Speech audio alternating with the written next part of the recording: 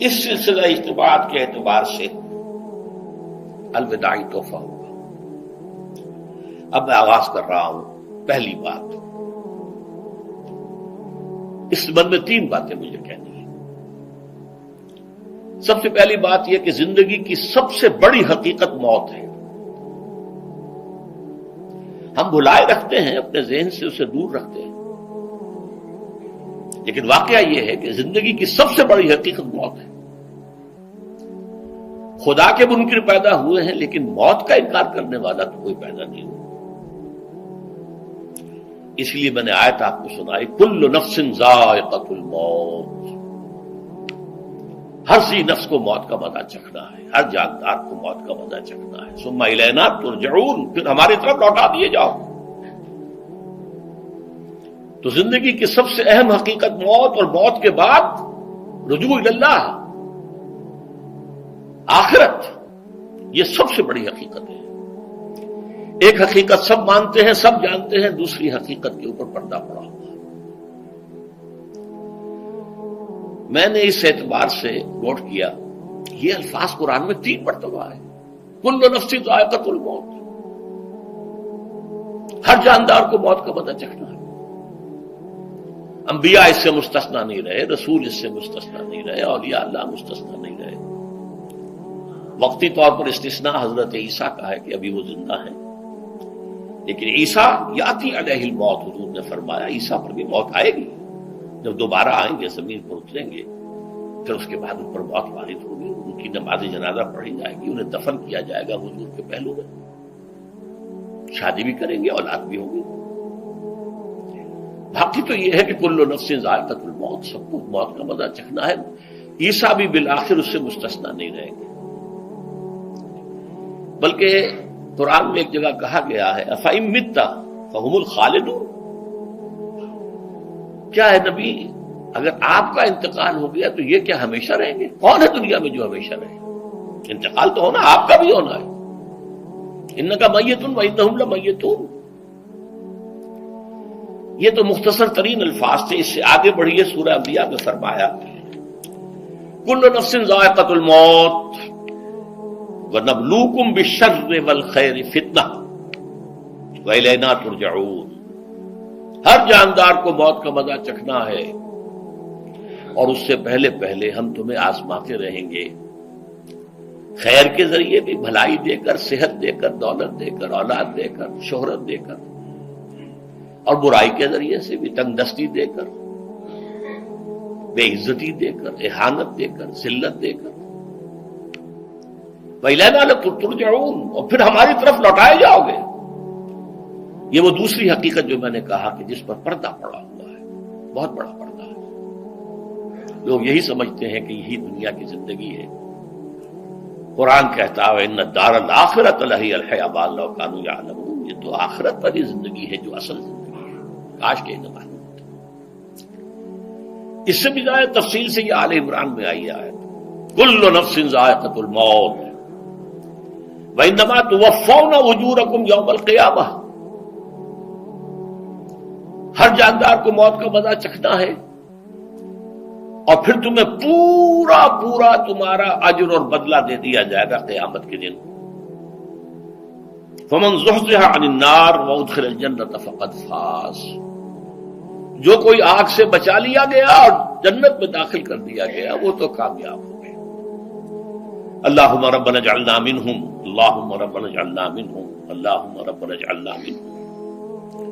وما الحیات الدنیا الا متاع الغرور، اور دنیا کی زندگی تو سوائے دھوکے کے سامان کے اور کچھ نہیں ہے۔ دھوکہ کس معنی میں؟ یہ تمہیں اصل زندگی سے غافل کر دیتی ہے۔ تم کہیں سفر پر جا رہے تھے، تمہارا کہیں گھر تھا، تمہیں واپس آنا تھا، تم راستے ہی میں کسی دلچسپی میں ایسے مگن ہوئے کہ گھر بار سب بھول گئے۔ یہ تو تمہارا عارضی سا سفر تھا، تم نے اسی کو اپنی منزل بنا لیا، اپنا ٹھکانہ بنا لیا، تو دھوکہ دیا اس نے تمہیں۔ ویسے دنیا کی زندگی دھوکہ نہیں ہے، بڑی حقیقت ہے، اس لیے کہ حضور نے فرمایا انما الدنیا مزرعۃ الآخرہ، یہ دنیا آخرت کی کھیتی ہے، یہاں بو گے تو وہاں کاٹو گے، یہاں کچھ کمائی کرو گے تو وہاں اس کا بدلہ ملے گا۔ اس اعتبار سے دنیا بہت بڑی حقیقت ہے، ایک ایک لمحہ بہت بڑی قیمتی شے ہے، لیکن اگر یہ دنیا تمہیں آخرت سے غافل کر دے تو اس سے بڑا دھوکے باز ہو کوئی نہیں۔ یہ اصل دجال ہے۔ میں نے تقریباً 60 برس کی عمر کو جب میں پہنچا تھا تو موت کا انتظار شروع کر دیا تھا۔ میرے قریبی احباب کو معلوم ہے، میں کہتا رہا، یہ بھی کہتا رہا کہ بھائی میں اپنے حصے کا کام کر چکا ہوں، جتنی صلاحیت اللہ نے دی تھی، جتنی بھی میرے اندر استعداد تھی، میں اس کو بھرپور طریقے پر استعمال کر چکا ہوں۔ دم واپسی برسر راہ ہے عزیز و اب اللہ ہی اللہ ہے، یہ میرا معاملہ رہا ہے 60 برس کی عمر سے۔ اس کے بعد اللہ نے مزید 14 برس دیے ہیں۔ یہ نافلۃ لک کے درجے میں کہتا ہوں، اس کا اللہ کا عطیہ خصوصی ہے، نفل ہے، ہمیشہ کہتا رہا ہوں۔ مسنون زندگی تو 61 برس ہے ہمارے حساب سے۔ علامہ اقبال کے بارے میں سنا ہے کہ رویا کرتے تھے کہیں میری عمر حضور کی عمر سے زیادہ نہ ہو جائے۔ وہ 6 مہینے کم ہی رہی ہے حضور کی عمر سے۔ جو حضور کی عمر تھی وہی حضرت ابو بکر کی، وہی حضرت عمر کی، وہی حضرت علی کی۔ ہاں، حضرت عثمان 82 برس کے ہوئے ماشاءاللہ۔ پھر یہاں کے مجددین میں سے وہی عمر حضرت شیخ احمد سرہندی کی، وہی شاہ ولی اللہ دہلوی کی۔ ہاں، شیخ عبدالحق محدث دہلوی رحمۃ اللہ علیہ 82 برس کی عمر۔ لیکن یہ میں کہا کرتا تھا مسنون عمر تو 61 برس ہے، جسے ہم 63 کہتے ہیں، وہ اصل میں ہمارے حساب سے 61 بنتا ہے۔ وہ 63 قمری ہے، جو 9 دن کم ہے، قمری سال جو ہے وہ شمسی سال سے۔ بہرحال میں اس وقت سے منتظر تھا، لیکن جو بھی وقت اللہ نے دیا ہے، اللہ کا شکر ہے، وہ مفید کاموں میں لگا ہے۔ ان میں خاص طور پر میں سمجھتا ہوں کہ اللہ کا مجھ پر سب سے بڑا احسان، اور مجھ ہی پر نہیں، بہت بڑے پیمانے پر لوگوں پر جو احسان ہوا ہے، وہ میرا 1998 کا دورہ ترجمہ قرآن ہے جو کراچی میں ہوا تھا۔ 1998 کے مارچ میں میرا بڑا آپریشن ہوا، دونوں گھٹنے تبدیل کیے گئے، لیکن 98 کے آخر میں، حالانکہ میں چل نہیں سکتا تھا، کراچی میں مسجد جو ہے اونچی ہے، دوسری منزل پر ہے، تو خاص ریمپ بنایا گیا جس کے ذریعے میں ویل چیئر پر مجھے لے جایا جاتا تھا۔ میں نے درس دیا۔ اس درس کی گزشتہ چند سالوں سے پوری دنیا میں جو گونج ہوئی ہے اللہ کے فضل و کرم سے، اللہ کا کوئی حکمت خداوندی اس کے ساتھ وابستہ ہے۔ اس میں میرے کسی کام کو دخل نہیں ہے، میری کسی کوشش کو دخل نہیں ہے۔ میں نے تو جو درس میں دیتا آ رہا تھا سن 85 سے دورہ ترجمہ قرآن، البتہ یہ بات ضرور ہے کہ میں نے محسوس کیا تھا کہ سن 98 کے اس درس میں دورہ ترجمہ قرآن کے مجھے خصوصی انشراح حاصل تھا۔ میری ساری گفتگو کا حاصل کیا ہے؟ دیکھیے، نظریاتی تحریکوں کا تعلق اشخاص سے نہیں ہوتا، ٹھیک ہے، کوئی اس کا داعی ہوتا ہے، کوئی اس کا مؤسس ہو جاتا ہے، کوئی اس کا آغاز کرنے والا ہوتا ہے، لیکن نظریاتی تحریک افراد سے وابستہ نہیں۔ افراد آتے چلے جاتے ہیں اپنا اپنا حصے کا کام کر کے، جس کو جتنا مقدر ہے، جتنی اللہ تعالیٰ کی طرف سے توفیق ہے، وہ اپنا کام کرے گا، چلا جائے گا۔ یہ چمن یوں ہی رہے گا اور ہزاروں جانور اپنی اپنی بولیاں سب بول کر ہو جائیں گے۔ مبارک ہیں وہ لوگ جنہیں قرآن کی بولی بولنا نصیب ہو جائے۔ وَإِنْ يَحْسَبُ أَنِّي مِنْهُمْ، مجھے گمان ہے، اللہ کا فضل ہے کہ میں ان میں سے ہوں، میں نے قرآن کی بولی بولی ہے، اور قرآن مجید کو جیسا کہ وہ ہے، ایز اٹ از، اپنے کو مذمومہ خیالات، اپنے کوئی ذہن سے زائدہ نظریات کو میں نے اس میں دخل نہیں دیا، جسے انگریزی میں آپ آبجیکٹیولی کہتے ہیں، خالص معروضی طور پر قرآن کو پڑھا ہے، قرآن کو قرآن سے سمجھا ہے، یا پھر سیرت رسول سے سمجھا ہے۔ میں لفظ سنت کی بجائے سیرت استعمال کر رہا ہوں۔ قرآن مجسم حضور تھے صلی اللہ علیہ وسلم، اور حضور کی سیرت اور حیات جو ہے وہ قرآن مجید کی اصل تفسیر ہے۔ یہ حقیقت بھی بہت کم لوگوں کے علم ہے۔ وہ احادیث کا نام تو لیتے ہیں، احادیث بھی ہے، سیرت بھی تو احادیث ہی سے ہمیں ملتی ہے، لیکن میں خاص طور پر سنت یا حدیث کی بجائے سیرت کا استعمال کرتا ہوں۔ قرآن کی 2 سورسز ہیں، قرآن خود اور سیرت رسول صلی اللہ علیہ وسلم۔ بہرحال انشاءاللہ العزیز یہ کام بڑھے گا، چلے گا، یہ میں ابھی بعد میں بحث کروں گا۔ دوسری بات جو میں نے آیت پڑھی آپ کو، وَمَن نُعَمِّرْهُ نُنَكِّسُ فِي الْخَلْقِ أَفَلَا يَعْقِلُونَ، بہت بڑی حقیقت زندگی کی یہ بھی ہے، جس کی ہم عمر زیادہ کر دیتے ہیں اس کی خلقی صلاحیتوں میں کمی کر دیتے ہیں۔ موٹی بات ہے، بڑھاپا آئے گا، ہمیشہ کی مانی ہوئی بات ہے۔ اگرچہ جوانی میں آدمی بڑھاپے کا تصور نہیں کرتا، لیکن بڑھاپا آنا ہے، یہ بھی ایک حقیقت ہے موت کی طرح۔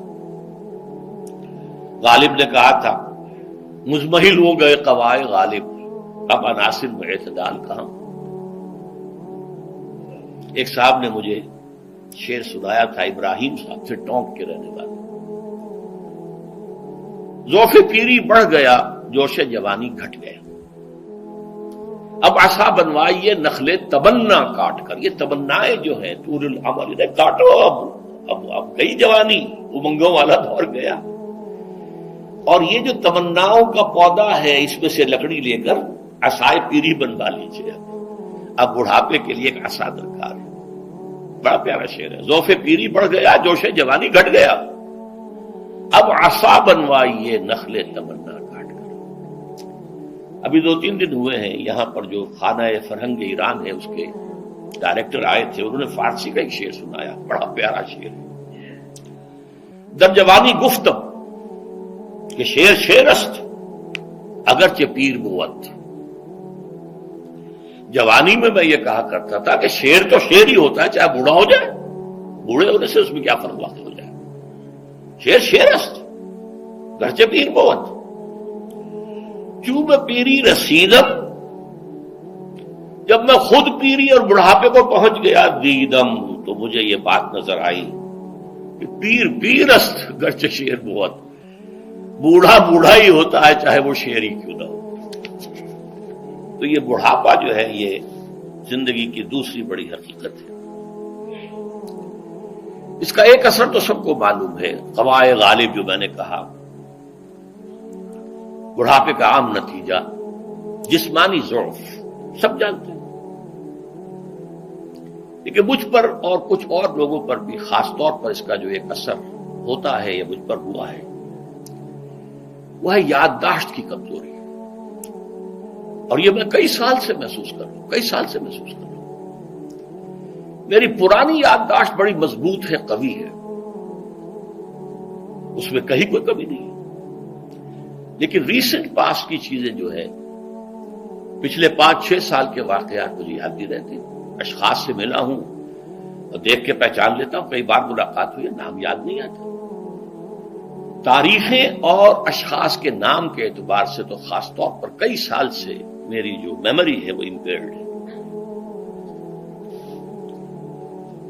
اور میں محسوس کرتا رہا ہوں کچھ عرصے سے کہ عین تقریر کے دوران محسوس ہوتا بلیک آؤٹ ہو گیا،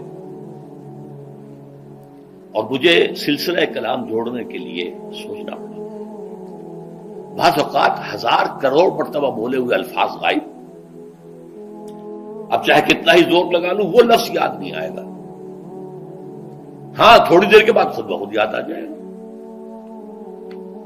میرے اس آپریشن سے اب کچھ عرصے پہلے تک جو میری تقریریں یہاں ہوئی، ان میں بہت سے لوگوں نے نوٹ کیا، میری تقاریر میں اب وہ روانی نہیں رہی تھی، وہ جو کراس ریفرنسز آیا کرتے تھے،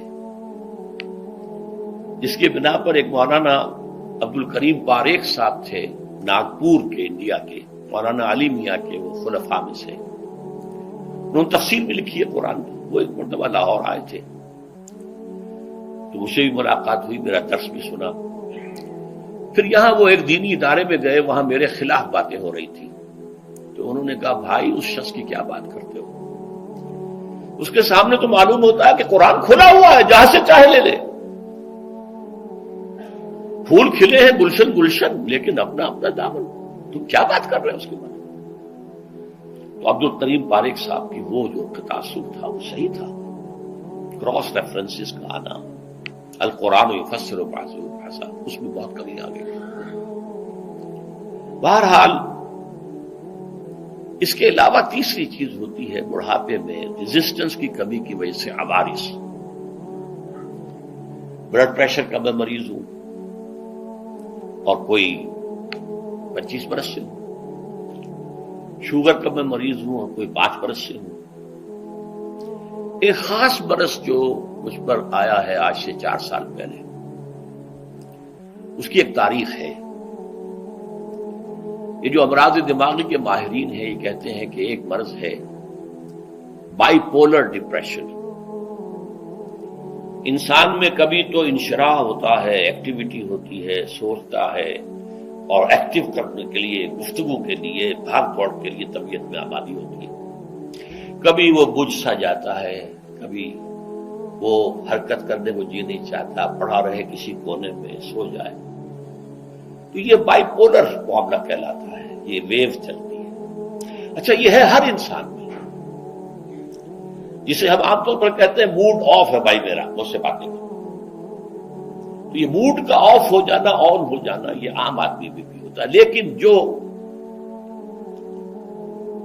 اللہ کے کسی فضل و کرم سے زیادہ ذہین ہو، زیادہ حساس ہو، ان میں پھر یہ جو ویو ہے یہ زیادہ اونچائی زیادہ نیچائی، زیادہ اونچائی زیادہ نیچائی، اور اس کو پھر ہم کہتے ہیں مرض، بائی پولر. یہ ہمارا خاندانی مرض ہے. والد صاحب کا تھا، وہ تھا، بڑے بھائی اظہار احمد صاحب کو ہوا، میری بڑی ہمشیرہ کو ہوا. عام طور پر اس کی عمر ہوتی ہے اور ہوتی تھی، 3 تجربے مجھے ہیں. والد صاحب کو 13 برس میں نے اٹینڈ کیا ہے اس بیماری میں، سن 52 سے 65 تک جب کہ ان کا انتقال ہوا. یہ عام طور پر شروع ہوتا ہے 50 برس کے لگ بھگ. میری عمر جب 50 برس کے لگ بھگ ہوئی تو مجھے کئی مرتبہ محسوس ہوا کہ میری تقریر کے دوران سوئچ آف ہوتا. ایک مرتبہ سن 70 میں میری یادداشت کئی گھنٹوں کے لیے بالکل ضائع ہو گئی. اس کا میں نے تذکرہ کیا ہوا، میری کتاب ہے حساب کم و بیش. جو کیفیت مجھ پر گزری تھی، جس کرب کے عالم میں وہ چند گھنٹے مجھ پر گزرے تھے، میں انہیں الفاظ میں بیان نہیں کر سکتا. آدمی خراب ہے، نہ ابتدا کی خبر ہے نہ انتہا معلوم، کچھ بھی نہیں. میں جب 50 برس کا ہوا اور یہ 2 ایک مرتبہ مجھے جھٹکے لگے مسجد سمن آباد کے اندر، تو میں نے ڈاکٹر رشید چودھری صاحب سے، وہ میرے والد صاحب کے بھی معالج رہے تھے، میں نے ان سے کہا کہ یہ ڈینجر زون میں داخل ہو گیا ہوں. ان کا نہیں، آپ کو یہ نہیں ہوگا، اس لیے کہ آپ اللہ کے کتاب کی خدمت کر رہے ہیں. تو ان کی یہ بات تو پارشلی ٹروتھ نکلی کہ 70 برس کی عمر میں مجھ پر یہ 20 برس اللہ تعالیٰ نے مجھے اس میں ایک بونس دے دیا. 70 برس میں ظہور ہوا. اس کا ایکسائٹنگ کاز بنا ہے افغانستان میں جو حادثہ ہوا طالبان کے ساتھ. اتنا صدمہ مجھے تھا، ایک دم بیٹھ گیا.